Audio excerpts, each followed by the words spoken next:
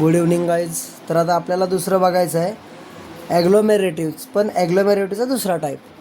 काय म्हणतात त्याला?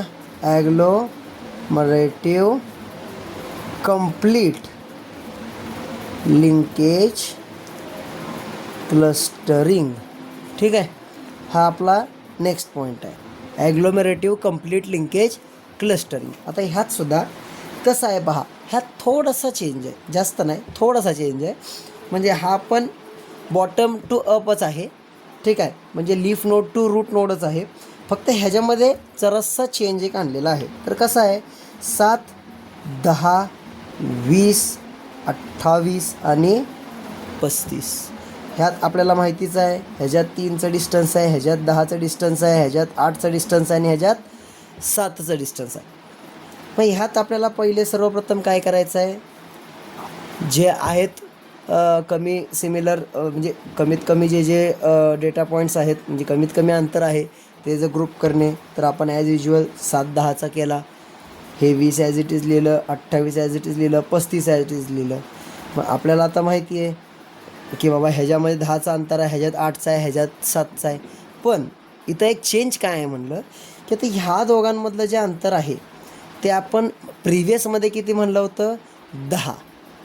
पण ह्याच्यामध्ये चेंज असा आहे की 7 आणि 10चा आधीचं अंतर आणि हे अंतर टोटल किती झालं? 7 आणि 10चा आधीचं 3 आणि ह्या दोन्हीमधलं किती? 10चं, म्हणजे 10 आणि 20मध्ये 10चं. तर टोटल किती झालं? 10 + 3 13. ठीक आहे, ह्या दोन्हीमध्ये राहिलं 8चं, ह्या दोन्हीमध्ये राहिलं 7चं. मग आता ह्याच्यामध्ये सगळ्यात कमी डिस्टन्स कोणाचा आहे? 7चं. मग आता आपण ग्रुप कोणाचा करणार? 7चा. 7, 10, 20, 28 आणि 35. मग ह्याच्यामध्ये दोघांमध्ये किती होतं अंतर? 13. पण आता ह्याच्यामध्ये काय आहे, 28 आणि 35मधलं 7, पण 20 आणि 28मधलं किती झालं? 8 होतं ना. मग 8 आणि 7 किती आलं? 15.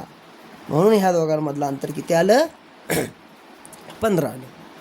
कळतंय का? म्हणजे 28 आणि 35 हा ग्रुप केला आपण, पण आता आपल्याला फर्दर म्हणजे रूट नोडकडे जात चाललो आहे ना आपण, bottom to up, leaf to node रूटकडे चाललो आहे ना आपण.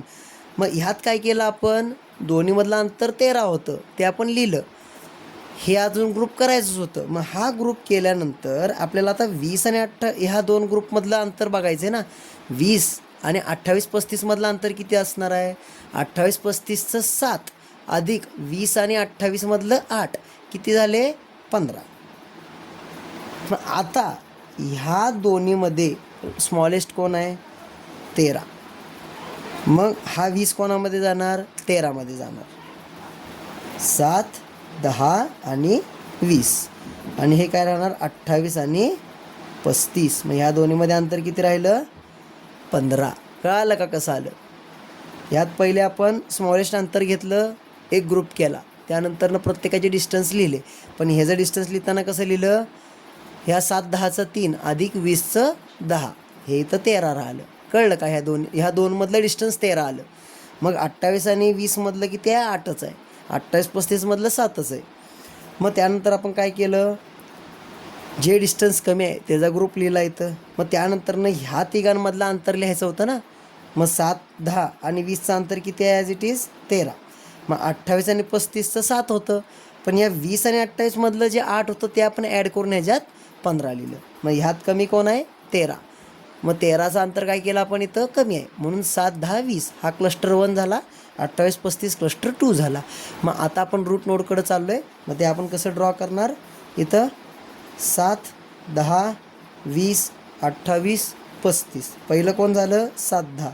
दुसरं 28, 35. तिसरं 7, 10, 20 आणि नंतरनं जे 15 उरलेलं आहे ते आपण काय केलं? असं लिंक केलं, म्हणजे एक कंप्लीट लिंकेज क्लस्टरिंग हा झाला आहे. इथं काय आहे? पहिलं 3.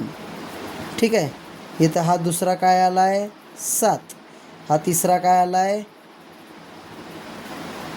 13 आणि हा चौथा काय आला? 15. ठीक आहे, अशा प्रकारे आपल्याला हे काढायचं आहे. ह्याला आपण काय म्हणतो? डेंडोग्राम. तर हे आपलं झालं ॲग्लोमेट्रिव्हचं कम्प्लीट लिंकेज क्लस्टरिंग. म्हणजे हे 2 टाईप तर आत्ता आपल्याला टेक्स्टबुकमध्ये दिलेले आहेत. ठीक आहे. तर आपण हे सगळ्यात सोपे 2 ॲग्लोमेरेटिव्ह क्लस्टरिंग आहेत. म्हणजे हायरार्चिकल क्लस्टरिंगमधला पार्ट आहे.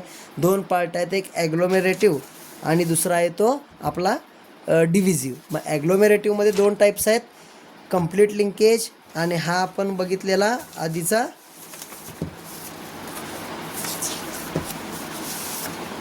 सिंगल लिंकेज आणि कम्प्लीट लिंकेज. हे 2 प्रकारचे आपण क्लस्टरिंग काय केले बघितले. म्हणजे 2 एका टाईपमधले हे 2 सब टाईप ॲग्लोमेरेटिव्हचे.